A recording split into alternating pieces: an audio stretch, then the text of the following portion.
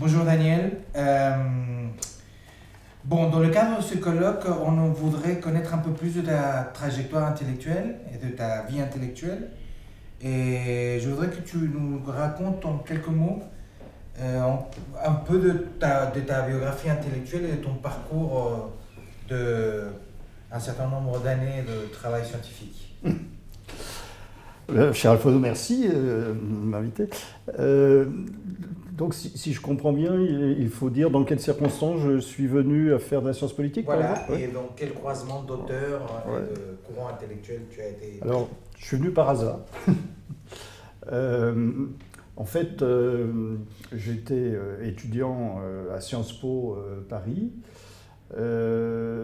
Et comme tout jeune qui doit son ascension sociale à l'école, au système scolaire, j'attachais beaucoup d'importance à la formation intellectuelle. Et j'étais très déçu de la formation intellectuelle de Sciences Po. Je trouvais ça très superficiel. Et il y avait peut-être 2 enseignements seulement que je trouvais de niveau convenable, dont l'un sur le marxisme, qui était professé par un historien. Et donc j'étais très intéressé par la théorie marxiste, qui était en affinité aussi avec mes orientations idéologiques de cette époque. Et ce qui m'apparaissait comme la profondeur de la théorie marxiste faisait ressortir à mes yeux à l'époque le caractère très insatisfaisant, très superficiel, très factuel des cours que je suivais à Sciences Po. Alors, du coup, quand j'ai terminé mes études à Sciences Po, j'étais inscrit en droit en même temps, je faisais les deux en même temps, et je me suis dit, il faut que je me forme d'un point de vue théorique. Donc, j'ai été suivre des enseignements de philosophie à la Sorbonne, à l'époque c'était la Sorbonne. Et là, j'ai été déçu, parce que c'était une théoricité, une abstraction qui ne me convenait pas. Enfin, c'était une abstraction qui n'était pas concrète, comme dit Marx, dans un texte célèbre. Donc, je n'ai pas voulu poursuivre en philosophie. Donc, je me suis retrouvé en 4e année de droit. Le droit ne m'intéressait pas. Et en même temps, je voulais continuer à l'université. Et c'est comme ça que je me suis retrouvé en sciences politiques. Bon, à une époque où la science politique m'apparaissait déjà, et m'apparaît encore plus maintenant, comme très médiocre. Et du coup, il était possible de créer son propre chemin.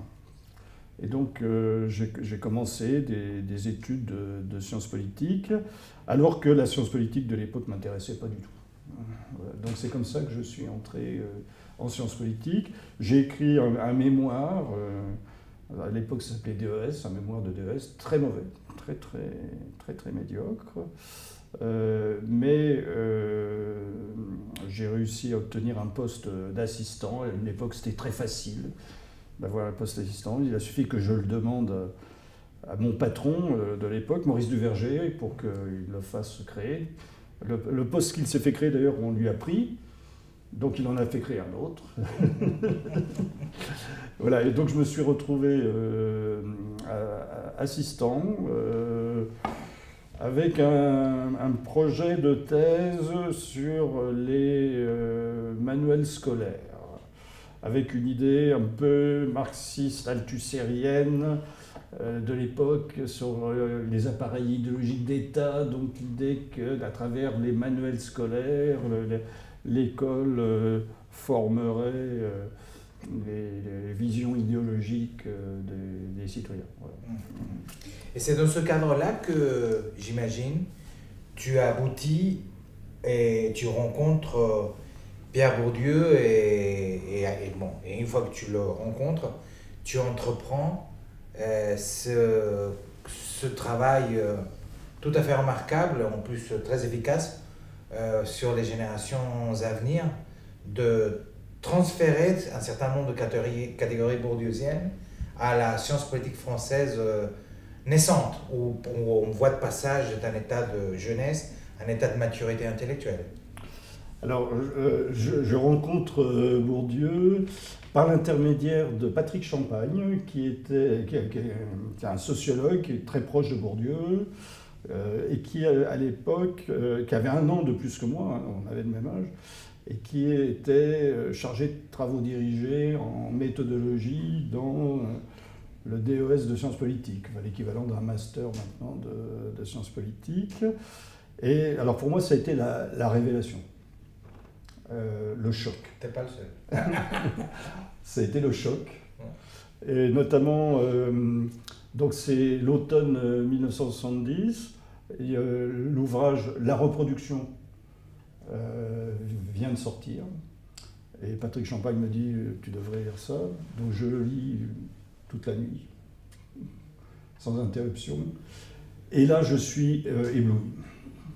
Ébloui, pourquoi? Parce que il me semble que c'est un marxisme généralisé. C'est-à-dire que Marx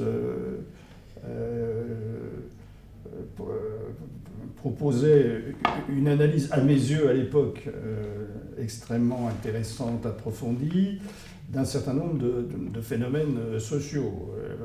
L'économie, bien sûr, la politique, la lutte politique. Bon. Par exemple, Marx ne s'était jamais préoccupé du système scolaire.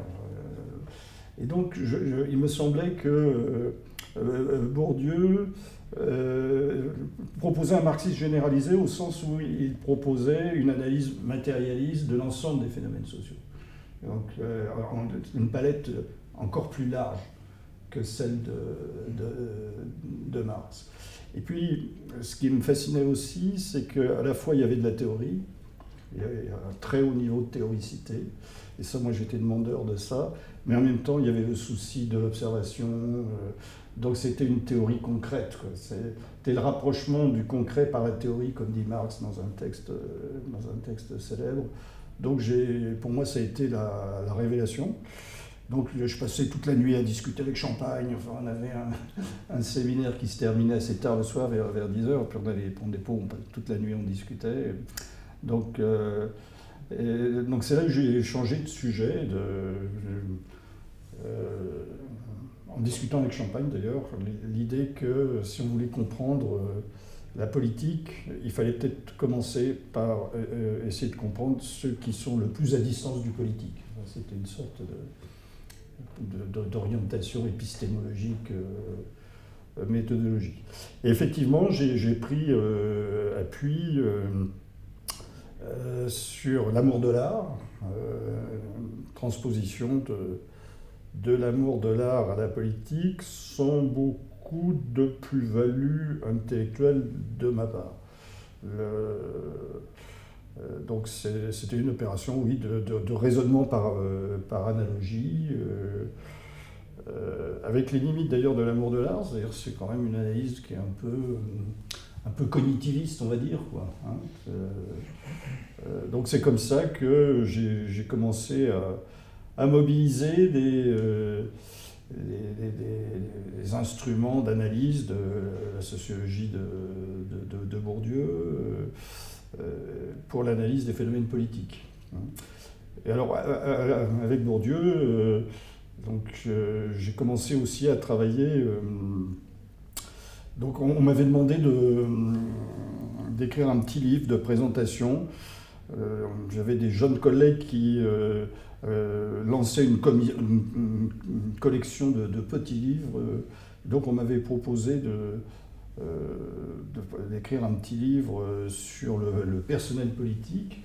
Et donc ça a été mon accumulation initiale de capital théorique, hein, c'est-à-dire que j'ai beaucoup lu Weber, enfin j'ai commencé à lire beaucoup Weber, je suis revenu sur Marx, que j'avais beaucoup lu, j'ai découvert Schumpeter, j'ai lu sans beaucoup de profit tous les machiavéliens, enfin tous les élitistes, Pareto, Mosca, Michels, bon. Donc donc là, j'ai donc commencé à réfléchir sur les élites politiques, le personnel politique, les notions très en vogue à l'époque d'autonomie relative. Donc qu'est-ce que ça voulait dire? Bon. Et donc, ça c'était un deuxième moment, l'idée que si on voulait comprendre le fonctionnement des systèmes politiques, il fallait observer à la fois, de manière un peu métaphorique, on va dire le bas et le haut, c'est-à-dire à la fois les citoyens ordinaires et les acteurs politiques spécialisés. Et il fallait essayer de penser la relation entre les deux.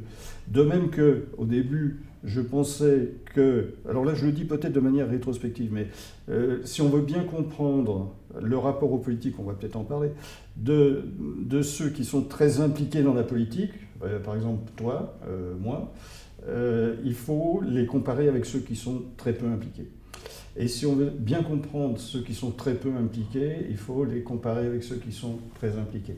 Et de même, si on veut bien comprendre qu'est-ce que c'est qu'une position profane en politique, qu'est-ce que c'est qu'une position, comme dit Weber, passive, hein, citoyenne passive, il faut le penser en relation avec la position active, c'est-à-dire la position de ceux qui font de la politique.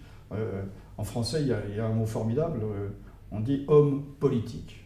Maintenant, on dit homme et femme politique. Donc, il y a des hommes politiques. Ça veut dire qu'il y a des hommes et des femmes qui ne sont pas politiques. Voilà. Bon. Donc, à cette époque-là, on est dans les années 1973, j'étais convaincu qu'il fallait essayer de travailler à la fois sur les citoyens ordinaires, les profanes et sur les spécialistes. Et justement, quelques années plus tard, à la fin des années 70, tu publies un article célèbre sur les rétributions du militantisme. Et dans ce papier, justement, tu installes l'idée que le militantisme est un mode d'habiter le politique qui de nos jours est extrêmement rare et qui produit un certain nombre de rétributions. Comment vois-tu ou comment perçois-tu le problème des rétributions du militantisme 40 ans après en pensant en France, en Europe, éventuellement en Amérique latine, au Chili? Alors, peut-être on peut revenir sur cet article. En fait, cet article, c'est la généralisation aux militants de l'hypothèse schumpeterienne des intérêts propres. Donc j'avais déjà réfléchi sur les intérêts propres personnels politiques, donc on voyait bien comment, par exemple, l'intérêt pour les positions politiques, l'intérêt pour les postes, bon, l'intérêt pour garder les postes, l'intérêt pour se maintenir dans le jeu, bon, était un facteur central dans la conduite de l'activité politique des spécialistes. Et du coup, la question théorique que j'avais derrière la tête, ce n'est pas seulement les intérêts de classe. Ce sont d'abord les intérêts propres des acteurs politiques qui commandent leur stratégie, et la représentation des intérêts de classe s'opère par surcroît et dans la limite de la poursuite des intérêts propres. Donc j'avais ce corps d'hypothèse en tête. Et du coup, il y avait une petite énigme sociologique, c'est très bien, mais quid des militants de base, comme on dit, qui n'attendent pas de position de pouvoir, hein. Bon. Alors, l'explication était le dévouement, hein, le bénévolat, la négation. Bon. Et, alors, en fait, je ne sympathisais pas tellement avec cette hypothèse. Et en fait, ce papier, c'est une tentative d'introspection personnelle, quoi. C'est-à-dire que c'est une réflexion sur... J'ai été membre du Parti communiste français, j'ai été militant étudiant, syndicalisme étudiant, bon. En fait, j'ai réfléchi sur cette expérience. Un ami américain à l'époque, qui s'appelait Henry Herman, qui avait fait un séjour à la Sorbonne pendant un an, avec qui je m'étais lié d'amitié, m'avait chaudement recommandé l'ouvrage de Menke Olson, Donc j'avais lu Munker-Olson, comment c'est, j'ai oublié le titre. La logique de l'action collective. The Logic of Collective Action, parce que il n'était pas traduit en français à l'époque. Et alors je trouvais ça un peu sommaire, matérialiste, grossier, économiste, limité. Et en fait, mais je trouvais qu'il y avait quelque chose derrière quand même. Et donc, en fait, ce que j'ai fait, c'est une généralisation, notamment symbolique, du point de vue de Munker-Olson. Voilà. Et ça a été l'occasion pour moi de faire une introspection personnelle, un retour sur mon expérience. Et ça a permis de donner sens à des événements, des micro-événements, hein, des événements apparemment anecdotiques, mais qui prenaient de la signification à la lumière de la mobilisation de ces concepts. Cet article, c'est assez curieux parce que je n'arrivais pas à l'écrire. Et un jour, j'ai décidé, puisque je n'arrivais pas à l'écrire, de le dicter.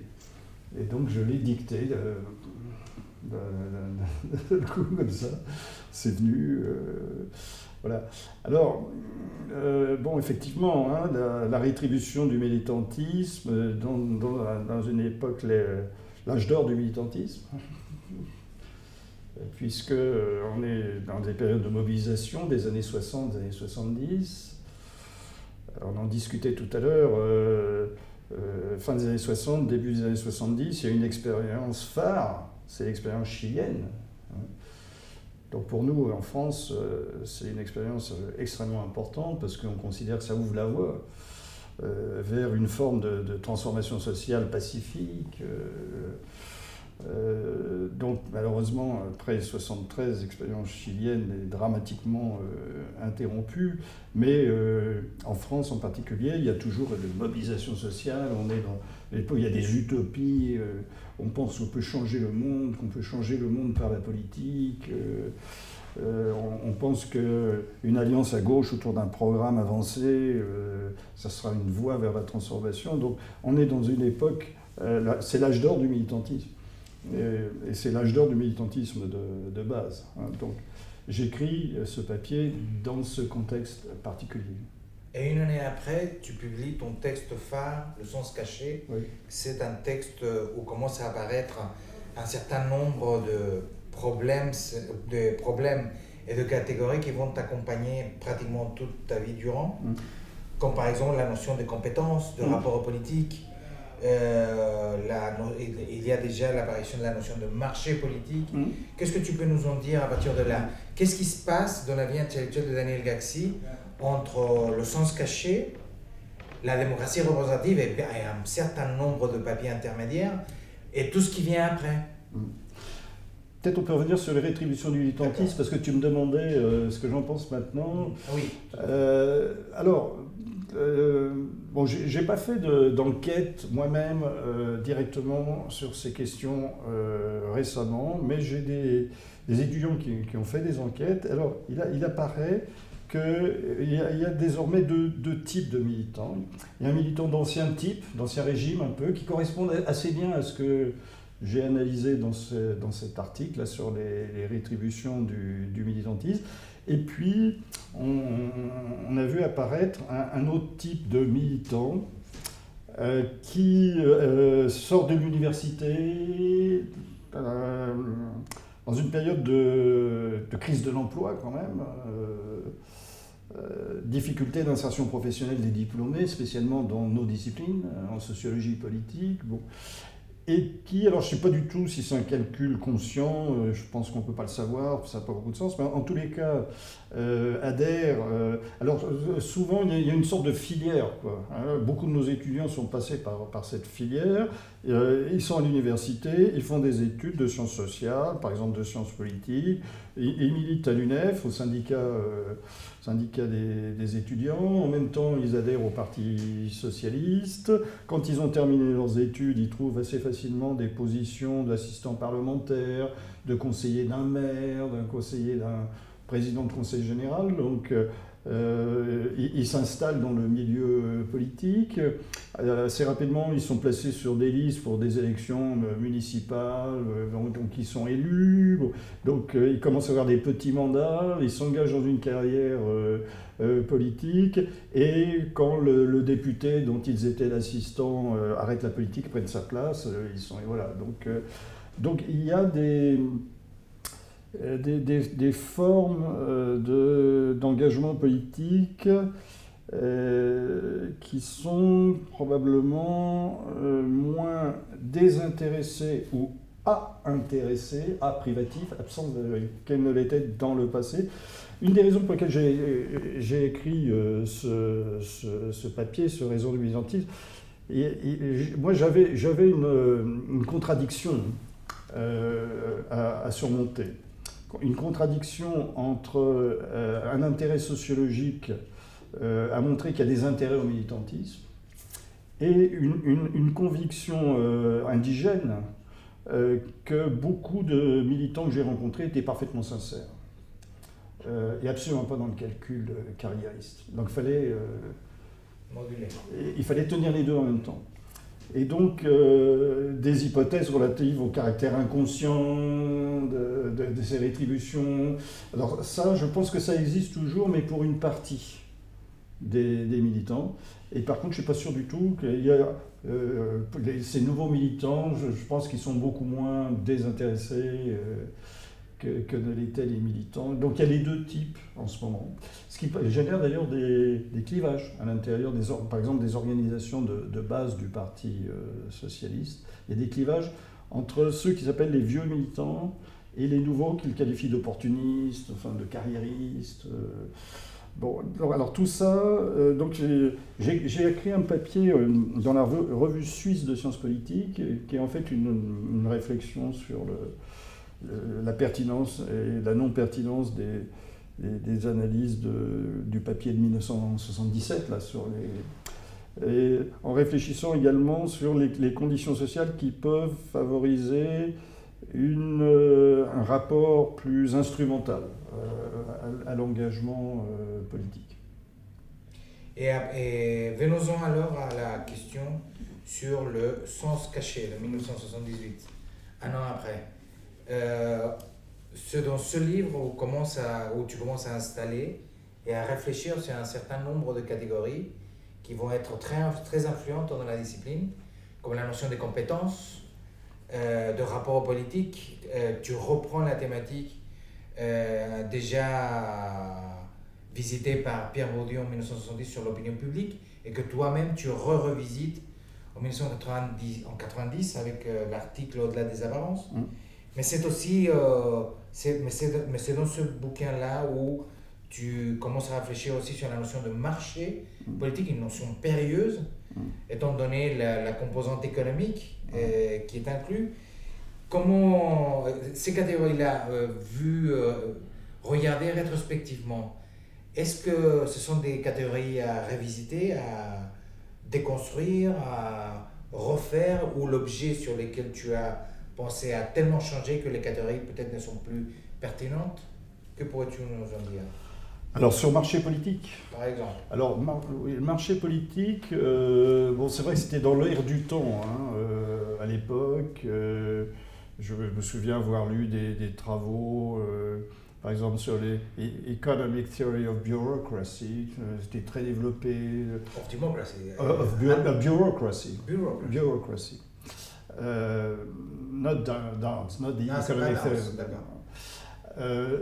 Et alors je trouvais ça un peu médiocre, un peu matérialiste, un peu limité, mais en même temps l'idée de marché, l'extension des catégories du marché à des activités sociales perçues comme n'étant pas marchandes et comme n'étant pas économiques, c'était dans l'air du temps quand même. Et donc, c'est surtout dans le bouquin que j'ai écrit avec Patrick Loing, Enjeux municipaux, que là j'avais essayé de développer ça, donc c'est 83-84. Alors, comme je le disais précédemment, en fait, dans la mesure où j'avais un projet intellectuel. Le projet intellectuel, c'était d'essayer de tenir ensemble à la fois les activités politiques des profanes, des citoyens ordinaires, et les activités politiques des spécialistes. Voilà. Là, ce sont des problèmes qui sont désignés par Max Weber, mais qui n'ont pas vraiment été développés par Max Weber. Donc en fait, moi j'ai toujours été intéressé par ça, quoi. Tenir les deux bouts et les articuler. Et le concept de marché, l'idée qu'il y a le marché... Alors ce qui est intéressant quand on mobilise des concepts comme ça, c'est qu'on mobilise un système de concepts et un système de propositions théoriques, quoi, un système d'hypothèses. C'est l'intérêt, par exemple, à mes yeux, du concept de capital. Peut-être qu'on pourra en parler. Alors, donc marché, bon, ça veut dire transaction, ça veut dire bien, ça veut dire formation des prix, ça veut dire offre, ça veut dire demande. Valeur. Donc voilà, il y a tout d'un coup, le fait de penser en termes de marché, ça déclenchait un très grand nombre de questions théoriques. C'est-à-dire, qu'est-ce que ça veut dire à propos des marchés politiques que la formation des prix ? Qu'est-ce que c'est que l'offre politique, la demande politique, voilà, donc c'était ça l'intérêt de raisonner en termes de marché. Alors évidemment ça a déchaîné des passions à l'époque, pour toutes sortes de raisons, parce que ça paraissait comme très désenchanteur, quoi, très sorte d'iconoclasme. On détruisait les images saintes, quoi. Voilà, et puis on m'a accusé aussi d'être un peu néolibéral, enfin de sacrifier. On est dans les années où le néolibéralisme s'implante, quoi. Hein, ça aussi, c'est pas hasard probablement, quoi.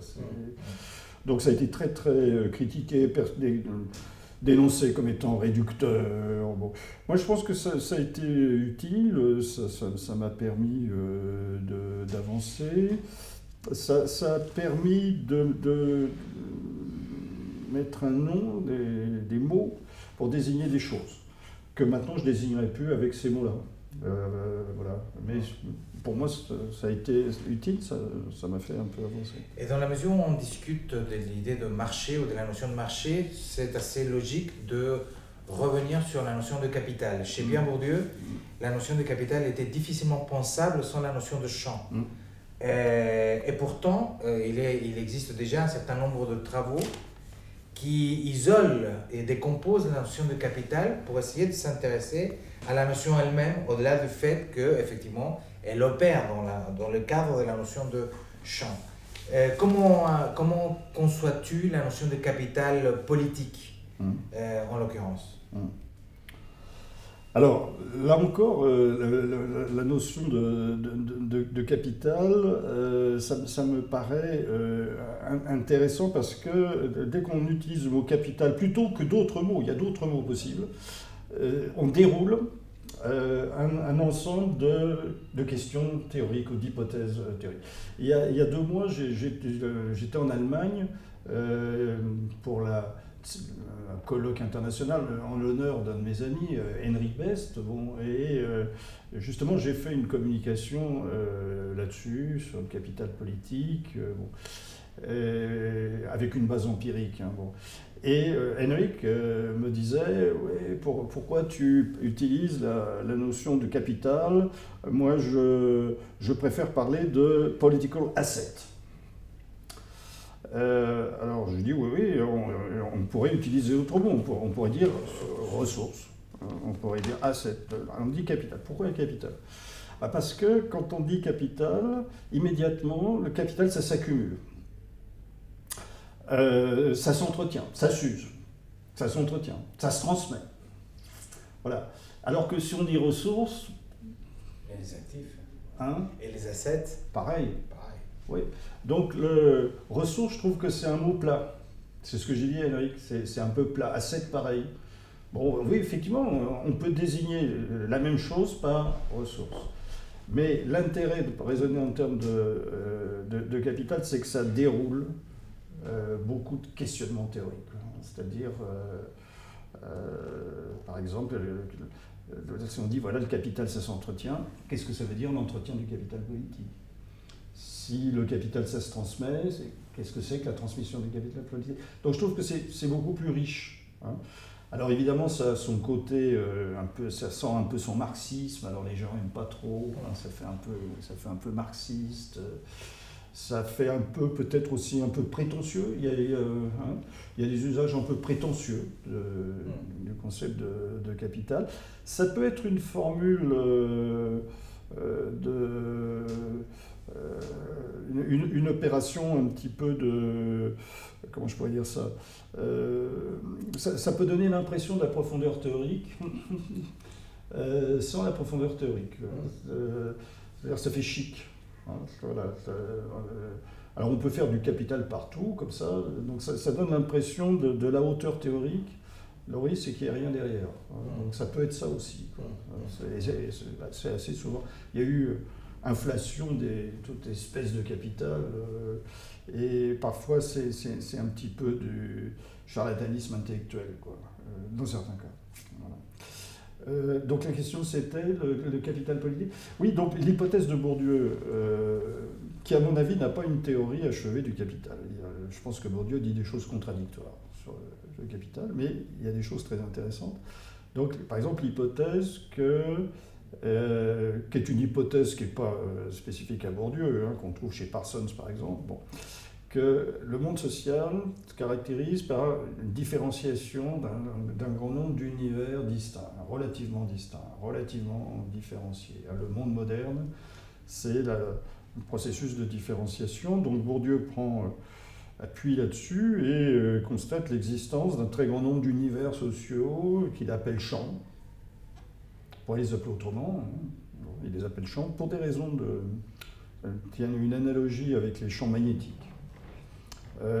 Donc il appelle ça champ, et une hypothèse que je trouve très intéressante, c'est-à-dire dans chaque champ il y a une espèce spécifique de capital, et la position dans le champ dépend de la distribution de cette espèce spécifique de capital. Bon.